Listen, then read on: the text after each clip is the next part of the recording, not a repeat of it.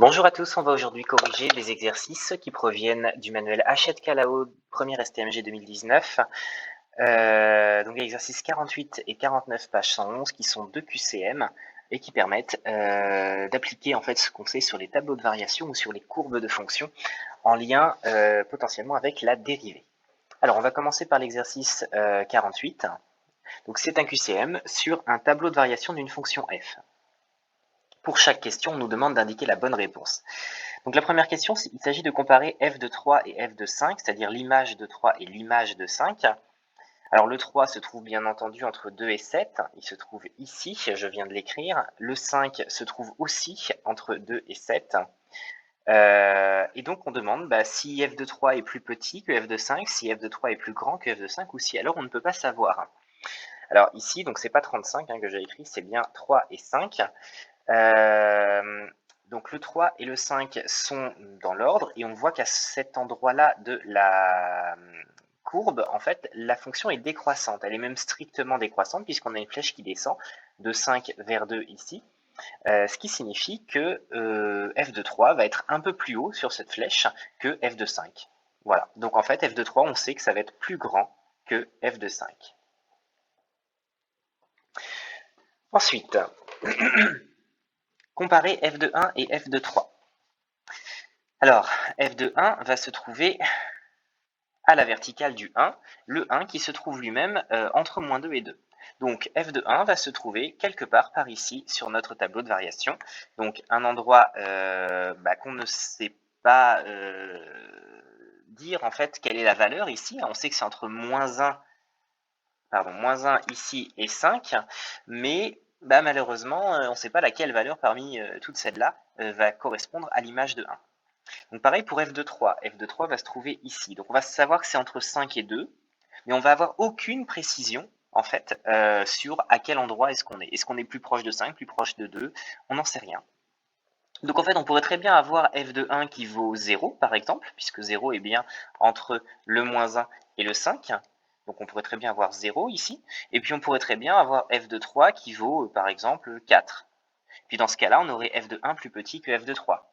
Mais ce n'est pas la seule solution. On pourrait tout aussi bien avoir f de 1 qui vaut ici 4, et puis f de 3 qui vaut 1, par exemple, puisque 1 est bien entre 5 et 2, et que 4 est bien entre moins 1 et 5. Et dans ce cas-là, on aurait en fait f de 1 qui serait plus grand que f de 3. Donc la moralité de tout ça, c'est qu'en fait, on n'en a aucune idée. On ne peut absolument pas savoir si c'est f de 1 ou f de 3 le plus grand. Ensuite, on doit comparer f de moins 3 et f de 8. Alors f de moins 3 va se trouver quelque part par ici, moins 3, donc voilà, on est entre 1 et moins 1, on ne sait pas combien ça vaut parmi tout ça, mais c'est entre moins 1 et 1.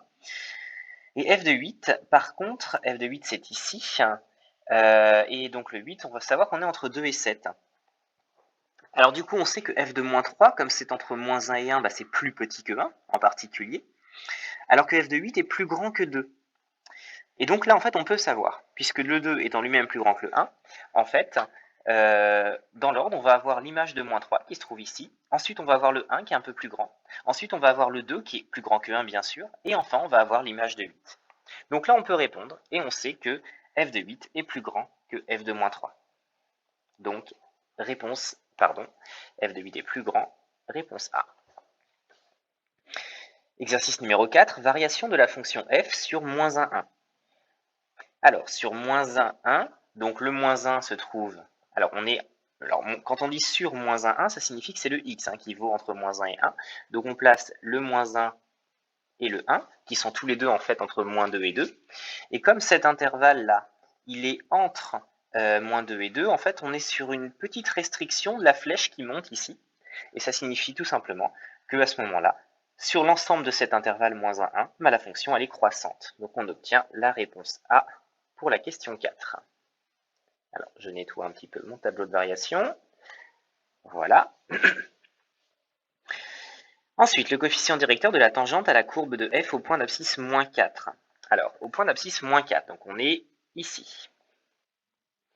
Au point d'abscisse moins 4, la fonction ici, elle est décroissante, ce qui signifie que la tangente aussi va être, une droite correspondant à une fonction affine décroissante. Et en particulier, ça veut dire que le coefficient directeur de cette tangente va être négatif. Donc réponse B pour la question 5. Ensuite, question 6 sur l'intervalle de 7. Donc là, on regarde cette restriction du tableau. Donc on regarde juste la partie encadrée. Sur l'intervalle de 7, f de x est positif, négatif, n'est pas de signe constant. Alors attention, on ne parle pas de f', on parle bien de f. Et f a ses valeurs qui sont entre 5 et 2. Donc dans tous les cas, entre 5 et 2, on est au-dessus de 0. Donc les valeurs de f sont toutes des valeurs positives. Donc f de x est positif sur l'intervalle de 7. Par contre, pour f', alors f' c'est différent, puisque f' correspond à la variation, ça correspond au coefficient directeur des tangentes. Or, comme à ce moment-là, la fonction elle-même, la fonction f est décroissante, ça signifie que toutes ces tangentes sont décroissantes aussi, et que donc à n'importe quelle abscisse entre 2 et 7, le coefficient directeur de la tangente va être négatif, pour que ce soit le coefficient directeur d'une fonction affine décroissante. Donc f' de x, qui est le coefficient directeur de la tangente au point d'abscisse x, va être négatif. Donc réponse B pour la question 7. Donc voilà pour ce premier exercice. Maintenant le deuxième. Cette fois, il va s'agir de lecture de courbe. Alors, on donne la représentation graphique CF d'une fonction f définie et dérivable sur -1, 3. On note f', la fonction dérivée de f. La courbe CF passe par les points A de coordonnées 0, 3. Donc ça nous sert simplement à nous dire que ce qu'on voit ici, on peut le lire sur le graphique. C'est vraiment en 0, ça vaut 3. Le point est bien précis. Et pareil pour le point C qui a pour coordonnées 1, 2. La tangente T1 à la courbe au point A, donc la tangente bleue qui se trouve ici, cette tangente passe par le point B de coordonnées 1, 1. Et la tangente T2 est horizontale. Pour chaque question, on nous demande d'indiquer la bonne réponse. Donc, sous-entendu, il n'y en a qu'une.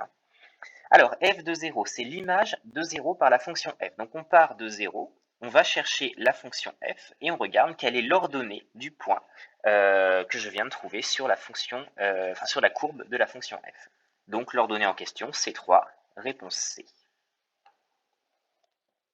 Pour f' de 0, attention, je ne dois pas regarder la courbe elle-même, mais je dois regarder la tangente. Donc la tangente, c'est la droite bleue que je suis en train de repasser. Et sur cette tangente, ce que je cherche, puisque je cherche f' de 0, c'est son coefficient directeur. Autrement dit, que se passe-t-il quand on avance de 1 en abscisse? Donc je vais essayer, j'avance de 1 en abscisse, et j'arrive donc ici, en partant du point A. Et là, je dois rester sur ma tangente. Donc qu'est-ce qui se passe? En fait, je descends, et je descends de 2. Donc ça correspond à -2. Eh bien, ce -2, c'est le coefficient directeur de la tangente au point d'abscisse 0. Donc, c'est en fait f' de 0. Donc, réponse D pour la question 2.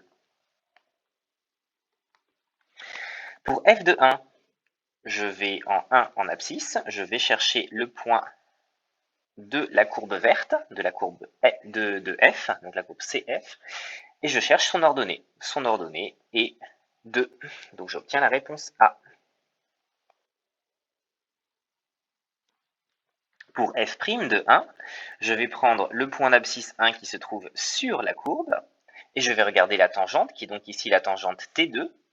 Et cette tangente T2 est horizontale, ça signifie que quand j'avance de une unité, eh bien il ne se passe absolument rien en ordonnée. Donc en fait, le coefficient directeur, pour n'importe quelle tangente horizontale, c'est un coefficient directeur qui vaut 0. Donc f' de 1 vaut 0. Ensuite, la tangente T1 a pour équation, alors il faut choisir parmi les 4. Alors, le plus simple, c'est de choisir, de faire nous-mêmes l'équation. Donc on a déjà trouvé, grâce à la question, alors la tangente T1 c'est en 0, donc grâce à la question 2, on sait que le coefficient directeur vaut -2. Donc ce qui nous laisse déjà le choix que entre la réponse B et la réponse C. C'est soit y égale -2x, soit y égale -2x plus 3. En fait, il suffit de lire l'ordonnée à l'origine, donc le point d'intersection de la tangente T1, donc la droite bleue, avec l'axe des ordonnées ici, il se trouve à l'ordonnée 3, donc à la hauteur de 3, et donc il s'agit bien de y égale -2x plus 3, réponse B. Et pour terminer, la tangente T2 a pour équation, alors elle est horizontale, donc elle est de la forme y égale constante, puisque tous les points de cette droite ont toutes la même ordonnée, donc y égale quelque chose qui est toujours le même. Et en l'occurrence, y vaut combien? Y vaut, il suffit de regarder ici la valeur, donc y vaut 2. Alors on peut le trouver aussi grâce au point C qui a pour ordonnée 2. Voilà, donc on obtient y égale 2, réponse B. Et donc c'est la fin de la correction de ces deux exercices. Merci de votre écoute. Au revoir.